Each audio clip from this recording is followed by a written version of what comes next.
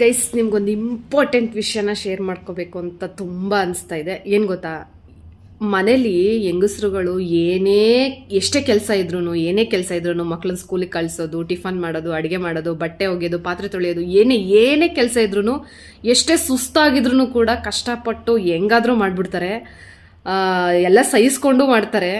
But ಆದರೆ ಈ ರೀತಿ ಅವ್ರ ಗಂಡಂದಿರು ಇಷ್ಟು ಆರಾಮಾಗಿ ಫೋನ್ ನೋಡ್ಕೊಂಡು ಕೂತ್ಕೊಂಡಿರೋದು ಮಾತ್ರ ಯಾರು ಸಹಿಸ್ಕೊಳ್ಳಲ್ಲ ಫ್ರೆಂಡ್ಸ್, ಅಲ್ವಾ?